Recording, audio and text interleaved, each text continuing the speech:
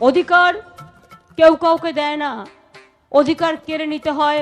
লড়াইটা চলছে, লড়াইয়ের পেছন থেকে পালিয়ে যেতে নেই, লড়াইয়ের পেছন ছেড়ে যেতে নেই, লড়াইটাকে সাকসেসফুল করে কন্টিনিউয়াস প্রসেসে করে যাওয়া উচিত। এটা করতে পেরেছিলাম বলেই আমরা কিন্তু সিঙ্গুরের মানুষের এই সোনার সফল।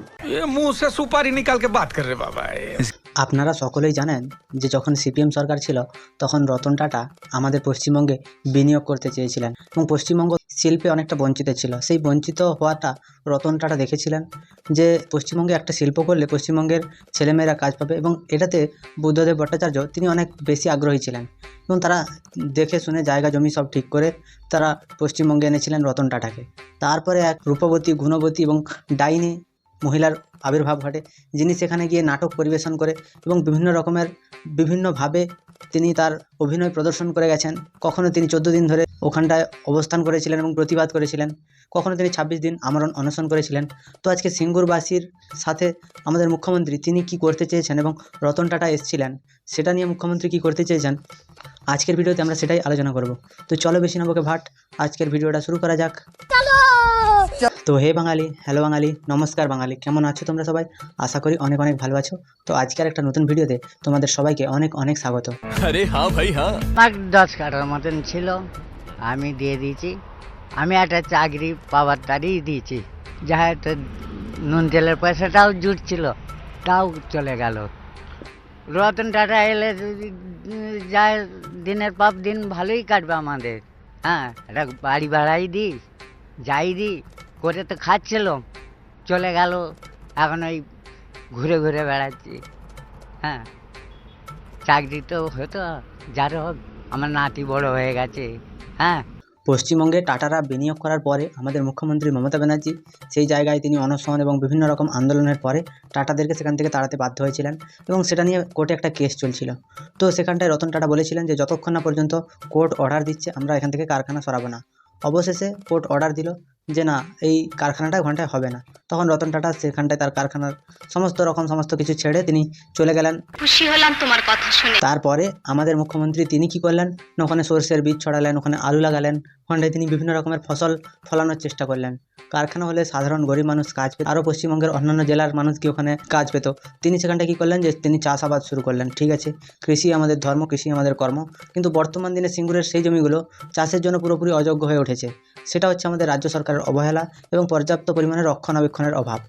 তো এগুলো হচ্ছে নর্মাল জিনিস।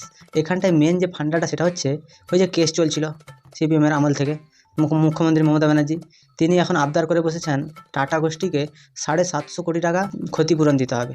এ কি মগের মুলুক নাকি? তো এটা তিনি কেন করেছেন বা কোন কারণে করেছেন সেটা আমাদের জানা নেই। এবার টাটা গোষ্ঠীর এখানটায় কী দোষ? টাটা গোষ্ঠী যখন এসেছিলো তখন কথা হয়েছিল যে সরকার জমি দেবে। তো সরকার আর আমাদের পশ্চিমবঙ্গের জনসাধারণের দোষ ছিল, দুটোই দোষ ছিল। এখানটায় টাটা গোষ্ঠী কিসের জন্য ক্ষতিপূরণ দিতে যাবে সেটা আমি ঠিক বুঝতে পারছি না। যেরকম করে মুখ্যমন্ত্রী মমতা ব্যানার্জি তিনি বারবার বলতে থাকেন যে চাকরি দিয়েছি আমি, খেয়েছে সিপিএমের লোক, মাঝখান থেকে যে তার দলের নেতামন্ত্রীরা এবং তিনি সবাই মিলে চুরি করলেন, মানে সে কথাটা তিনি কখনো কারোর সামনে বলেন না। সেরকমভাবে টাটা গোষ্ঠীকে জমি দিল সিঙ্গুরের মানুষ, তাকে নিয়ে এলো কে সিপিএম, মানে ক্ষতিপূরণ দেবে টাটা? না, এটা একটা কোনো যুক্তি হলো? कौन है ये लोग? कहाँ से आते हैं? পশ্চিমবঙ্গে আপনি যেভাবে চালাতে চাইবেন সেভাবেই কি চালানো যাবে? তো এই কথা শুনে সুপ্রিম কোর্ট সে মামলাটাকে পুরো খারিজ করে দিয়েছে। মমতা ব্যানার্জি এত পরিমাণে লোভী, তিনি ওই টাকাটা নিয়ে হয়তো ভাতা নতুন একটা কোনো কিছু চালু করতেন।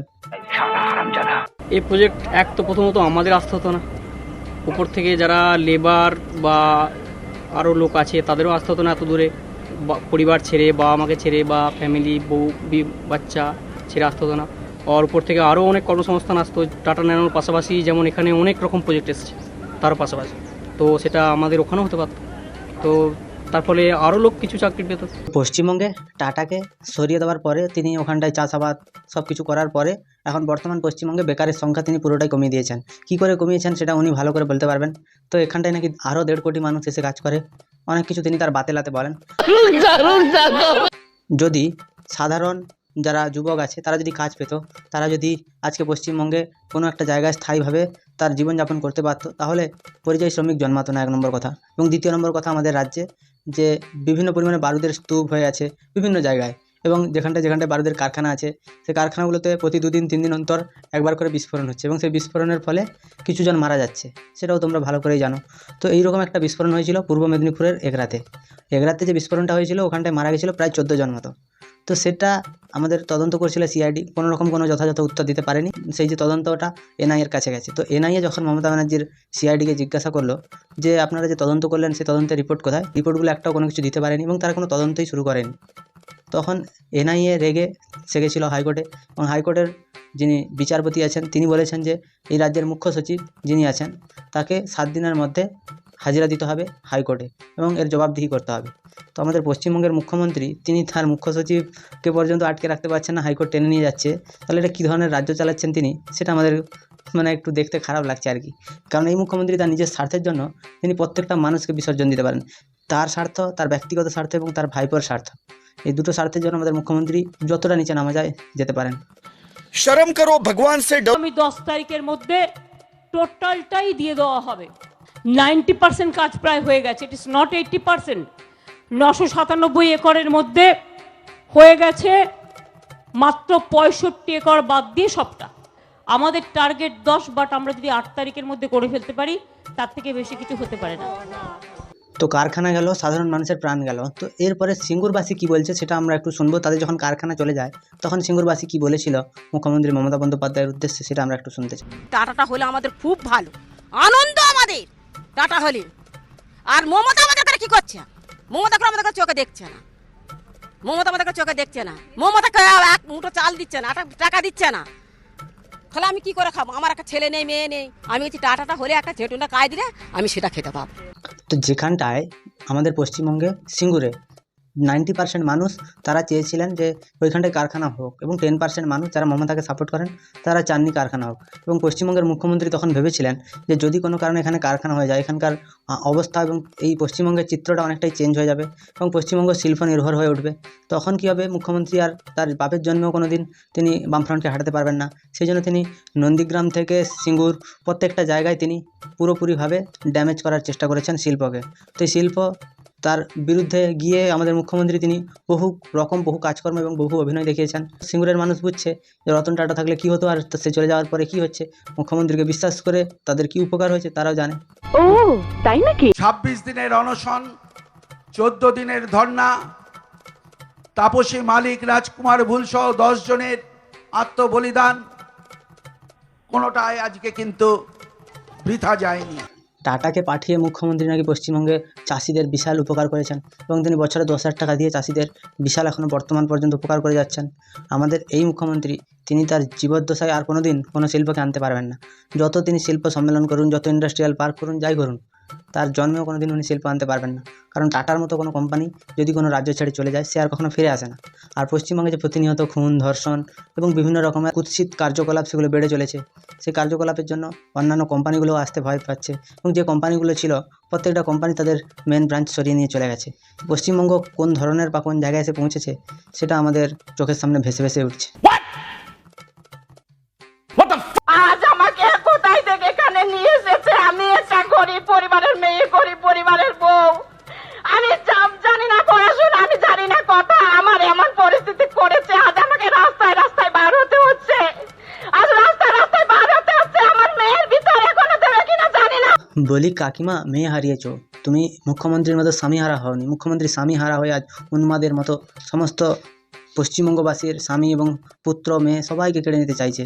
আর তুমি যে এই রাস্তায় রাস্তায় ঘুরে বেড়াচ্ছ, তুমি যা বেড়াচ্ছ বেড়াও, কিন্তু কখনো তোমার মেয়ের বিচারের আশা করো না। কারণ যতদিন চেয়ারে মমতা ব্যানার্জি বসে আছে ততদিন বিচার কারোর হবে না, না অভয়ার হবে, না তোমার মেয়ের হবে, না অন্যান্য মানুষের হবে, কারোর বিচার হবে না। মাঝখান থেকে তোমাদেরই আরও ক্ষতি করে ছাড়বে এরা। কেন এখনো 14 জন বাইরে ঘুরে বেড়াচ্ছে? এখনো 14টা আসামি বাইরে ঘুরে বেড়াচ্ছে। ওই মমতা দিয়ে ধরতে দিচ্ছে না, পুলিশের কাজ করতে দিচ্ছে না, ওই জন্য এখনো ঘুরে বেড়াচ্ছে। আমাকে আটকানো যাবে না, মমতার কোন পুলিশ কেউ আমাকে আটকাতে পারবে না। আমার জীবন থাকতে আমি যতদিন থাকবো আমি লড়াই চালিয়ে যাব। এই হচ্ছে রাজ্যের পুলিশ মন্ত্রী আর এই হচ্ছে রাজ্যের অবস্থা। পশ্চিমবঙ্গে আজকে প্রায় 2 মাস আগে একটা মেয়ে হত্যা হলো। সেই মেয়েটা যখন হত্যা হলো তখন মুখ্যমন্ত্রীর যত রকম মুখপাত্ররা ছিল তাই বলে এটা একটা লজ্জাজনক ঘটনা, এটা ধিক্কারজনক ঘটনা, এই ঘটনাকে আমরা কেউ সাপোর্ট করি না, এই রকম করে অনেক কথা বললো। তারপরে তোমরা দেখতে পেলে যে পশ্চিমবঙ্গে 4 জন অ্যারেস্ট হলো, 14 জন বাইরে ঘুরছে। তাদেরকে মুখ্যমন্ত্রী কোনো রকমভাবে অ্যারেস্ট করতে দিচ্ছে না, কারণ সামনে ভোট আছে। বন্দুক দেখিয়ে বা অন্যান্যভাবে টাকা দিয়ে ঘুষ দিয়ে ভোটটা মোটামুটি তাকে এনে দিতে হবে, তারপরে তোমরা যা ইচ্ছে তাই করো। আমাদের মুখ্যমন্ত্রী তোমাদের কোনো কিছুতে যাবে না, উনি পুরোটাই অনেস্ট মুখ্যমন্ত্রী।